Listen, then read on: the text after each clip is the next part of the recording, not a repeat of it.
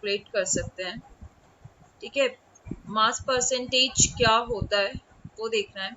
तो सबसे पहले मास परसेंटेज कैलकुलेट करने के लिए, अब क्योंकि इसके अंदर परसेंटेज आ गया है तो जैसे हम परसेंटेज कैलकुलेट करते हैं इसी तरीके से इसको कैलकुलेट करना होता है। टोटल में से जितने हमारे नंबर होते हैं उसको रखते हैं इनटू 100। ठीक है, ऐसे यहाँ पर मास परसेंटेज कैलकुलेट करेंगे।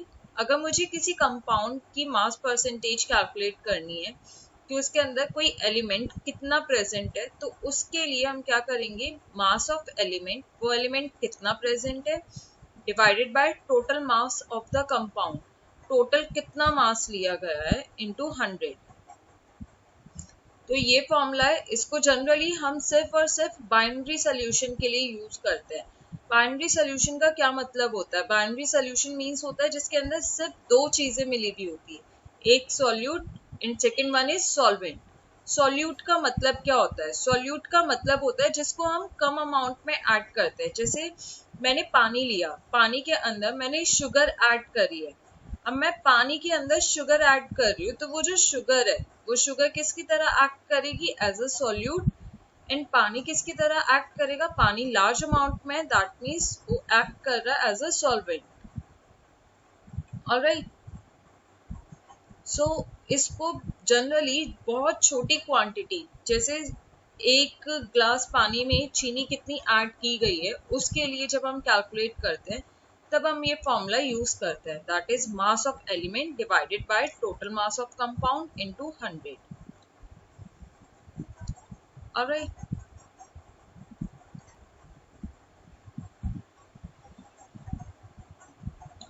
problem 1.6, that is a solution is prepared by adding 2 gram of substance A। ठीक है, कोई सोल्यूशन प्रिपेयर किया गया है उसके अंदर 2 ग्राम कोई सब्सटेंस मिलाया है हमने जिसके अंदर 18 ग्राम वाटर है। Calculate mass percent of the solute, solute कितना प्रेजेंट होगा उसकी हमें मास परसेंटेज कैलकुलेट करनी है। अब इसको कैलकुलेट करने के लिए हम क्या करेंगे, सोल्यूशन प्रिपेयर करा है 2 ग्राम, दैट मीन्स मास कितना रखेंगे 2, और टोटल मास कितना आ जाएगा कंपाउंड का, पानी के अंदर अब वो कोई सब्सटेंस ऐड कर दिया गया है तो टोटल कितना हो जाएगा 18 प्लस 2 प्रेजेंट है। तो फॉर्मूला अप्लाई करेंगे, मास ऑफ सब्सटेंस अपॉन में टोटल मास। अब टोटल मास कैसे कैलकुलेट किया जा सकता है, हमारे पास मैंने बताया कि वाटर था, वाटर के अंदर कोई सब्सटेंस ऐड किया गया है, वाटर के अंदर सब्सटेंस ऐड करना मतलब कितना हो जाएगा, अब टोटल मेरे पास वो सॉल्यूशन 18 प्लस 2। ऑलराइट,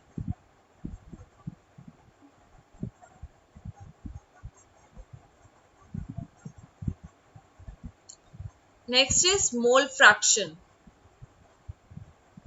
अब मोल फ्रैक्शन कैसे कैलकुलेट किया जाता है, मोल फ्रैक्शन एक्चुअल में होता क्या है, नाम से ही पता चल रहा है कि ये कोई फ्रैक्शन है। ठीक है, किसी के रिस्पेक्ट में कोई अमाउंट कितना प्रेजेंट है उसको बोला जाता है फ्रैक्शन। अब मोल का मतलब दैट मीन्स मोल्स का फ्रैक्शन किया गया है इसके अंदर। तो मोल्स का सबसे पहले मोल्स कैलकुलेट करने के लिए फॉर्मूला क्या होता है, number of moles is equals to given mass divided by molar mass. Given mass को मैं W से रिप्रेजेंट कर सकती हूँ एंड मोलर मास को M से रिप्रेजेंट किया जा सकता है। तो ये फॉर्मूला हो जाएगा नंबर ऑफ मोल्स कैलकुलेट करने का, that is equals to given mass divided by molar mass. So what is mole fraction? Mole fraction is the ratio of number of moles of a particular component to the total number of moles of the solution.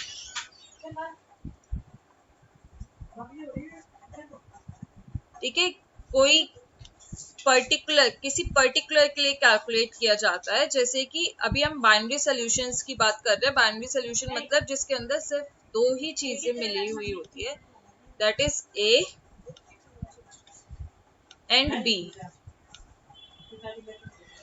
एक solute की तरीके से act करता है and second one solvent की तरह। अगर मैं A को सॉल्वेंट लेट कर रही हूँ,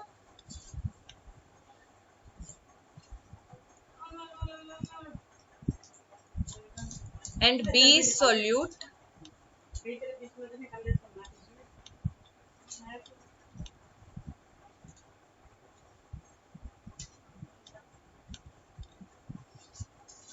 सो पर्टिकुलरली फॉर्मूला क्या बन जाएगा मोल फ्रैक्शंस कैलकुलेट करने के लिए? Number of moles of A divided by number of moles of solution. Solution का मतलब क्या हो जाएगा? ए प्लस बी. जब इन दोनों की बात करते हैं हम तो वो क्या बन जाता है? सॉल्यूशन बन जाएगा. That is solution.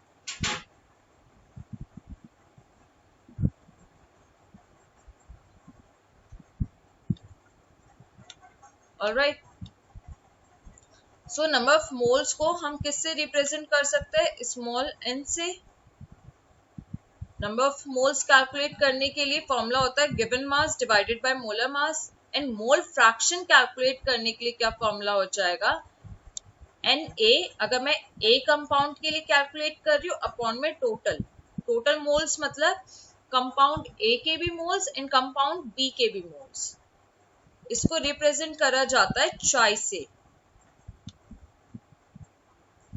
ए के कैलकुलेट करा है इसलिए सब स्क्रिप्ट में क्या लिख दिया गया है? ए. That is chi A is equals to N A divided by N A plus N B. Then mole fraction of B. Mole fraction of B calculate करने के लिए अब ऊपर की तरफ किसके लिए आ जाएंगे मोल्स? बी के लिए आ जाएंगे क्योंकि हमें किसका कैलकुलेट करना है? बी के मोल्स कैलकुलेट करना है. Then N B divided by N A plus N B. इसको हम रिप्रेजेंट करते हैं चाय से. ये भी क्या हो जाएगा? चाय बी. सब स्क्रिप्ट में बी यूज करेंगे यहाँ पर. ऑलराइट. अब अगर मैं इन दोनों को ऐड करती हूँ चाय ए प्लस चाय B that is equals to 1. ये हमेशा ही किसके इक्वल आएगा? 1 के इक्वल आएगा. अभी 1 के इक्वल कैसे देखते हैं इसका प्रूफ. चाय ए इक्वल था N A divided by N A plus B के.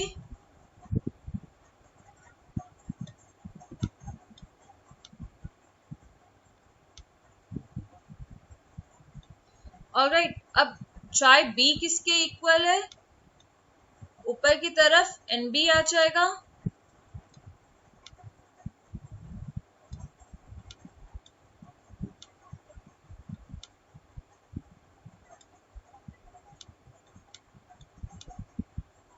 अब हम अगर इन दोनों को ऐड करेंगे, ऐड करने का मतलब क्या है? यहाँ पर हमें एलसीएम लेना है दोनों का. तो एलसीएम लेंगे तो क्या बन जाएगा? ये नीचे की तरफ N A plus N B आ जाएगा एलसीएम लेने पर.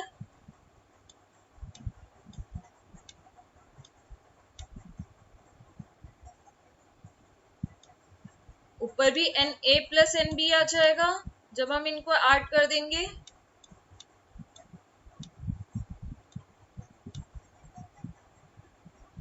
अब न्यूमरेटर में भी N A plus N B है, डिनोमिनेटर में भी N A plus N B है, तो ये कट जाएंगे एंड ओवरऑल आंसर क्या आ जाएगा? 1.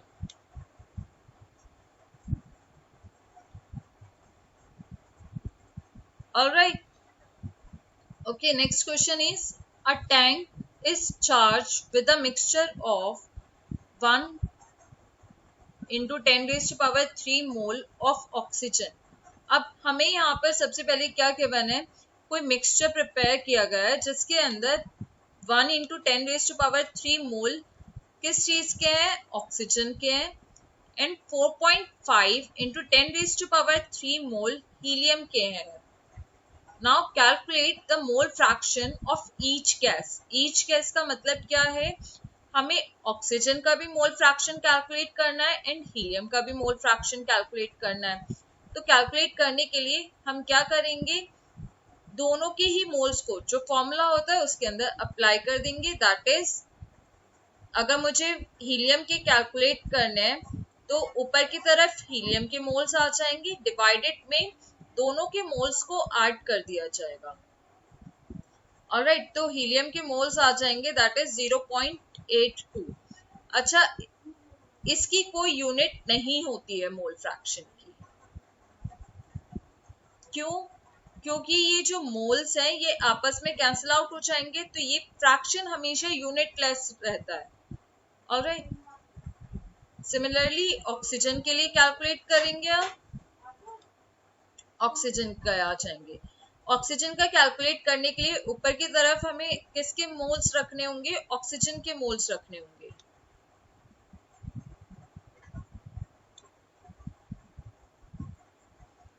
ओके,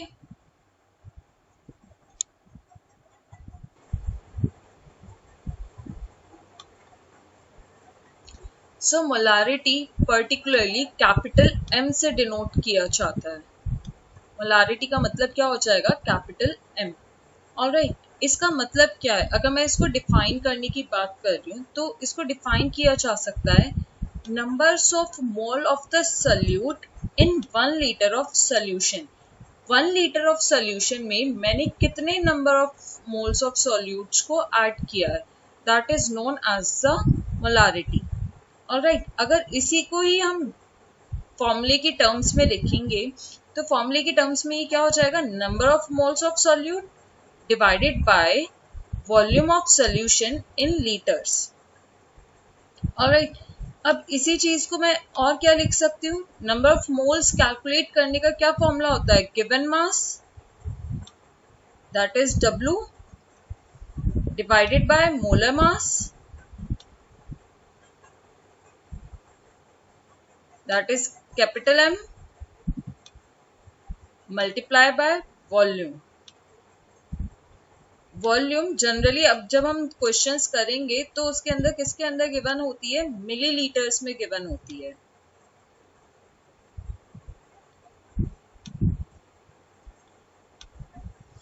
ऑलराइट, मिलीलीटर्स में होती है। मिलीलीटर्स की जगह अब हमें किस में यूज करना है, उसको लीटर्स में यूज करना है।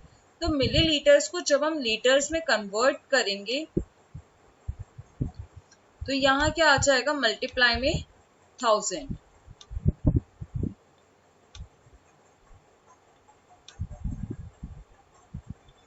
सो न्यू फॉर्मूला क्या हो जाएगा, W किसको रिप्रेजेंट कर रहा है, given mass of solute, M molar mass of solute into 1000 into volume.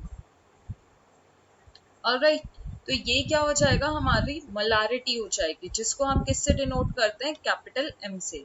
इसकी यूनिट क्या हो सकती है, अब अगर हम इसकी SI यूनिट की बात करें तो हम जस्ट सिंपल M से भी रिप्रेजेंट कर सकते हैं, और किससे रिप्रेजेंट किया जा सकता है, number of moles of solute. Moles है सबसे ऊपर, तो मोल्स की यूनिट क्या होती है, मोल, MOL।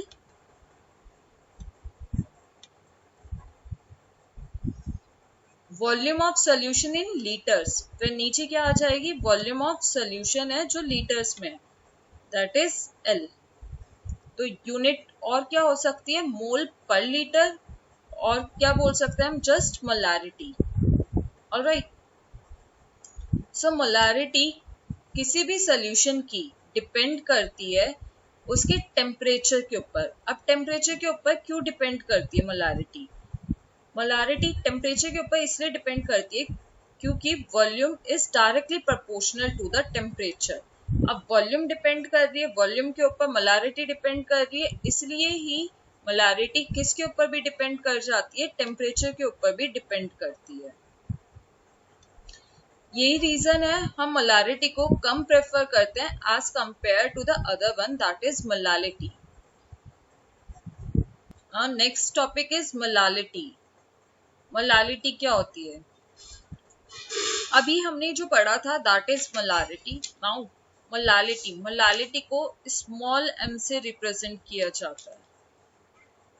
ऑलराइट, सो मोलालिटी क्या होती है, number of moles of solute present in 1 kilogram of solvent. 1 kilogram of solvent के अंदर कितने मोल्स प्रेजेंट है उसे ही बोला जाता है मोलालिटी। ऑलराइट, सो अगर हम इसका फॉर्मूला डेवलप करेंगे, फॉर्मूला क्या बन जाएगा, number of moles of solute divided by mass of solvent in kilograms. ठीक है, इसको अगर हम और फर्दर सिंप्लीफाई करें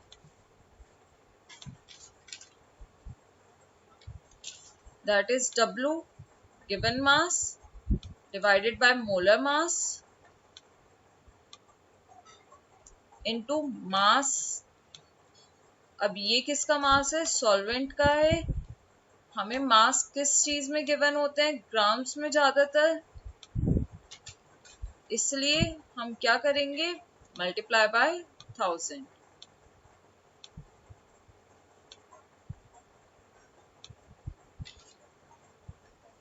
ऑलराइट,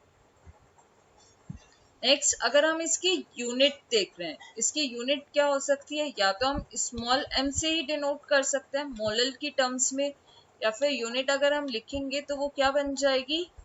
मोल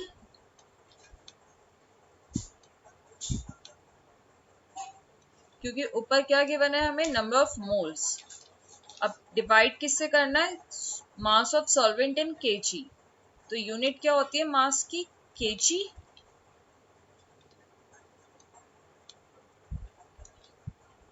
Therefore, इसकी यूनिट क्या हो जाएगी मोलालिटी की? मोल पर KG.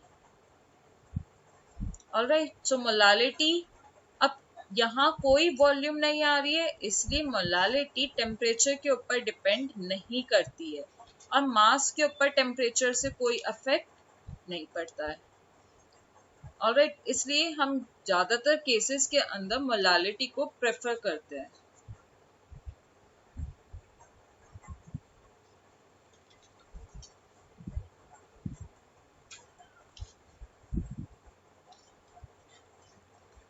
So to main concentrations के बारे में हमने पढ़ा, that is molarity and molality. Now अगर हम इसको कंपेयर करें तो मोलालिटी क्या होते हैं? मोलालिटी को कैपिटल M से डिनोट किया जाता है, that is number of moles of solute in volume. ठीक है, और वहीं हम मोलालिटी की बात करते हैं, number of moles of solute present in 1 kilogram of solvent, और इसको किससे रिप्रेजेंट किया जाता है? स्मॉल m से।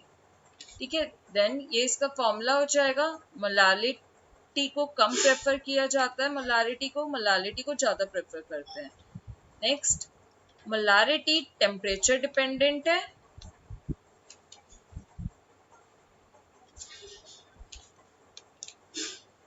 मोलालिटी टेम्परेचर इंडिपेंडेंट है।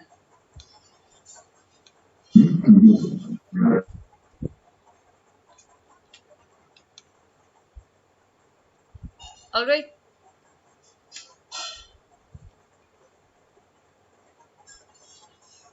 सो मोलारिटी का एक और concept, that is M1V1 is equals to M2V2। ये फॉर्मूला हम तभी यूज करते हैं जब हमें किसी पर्टिकुलर कंपाउंड की ही मोलारिटी के हमने अंदर कुछ चेंज कर दिया है।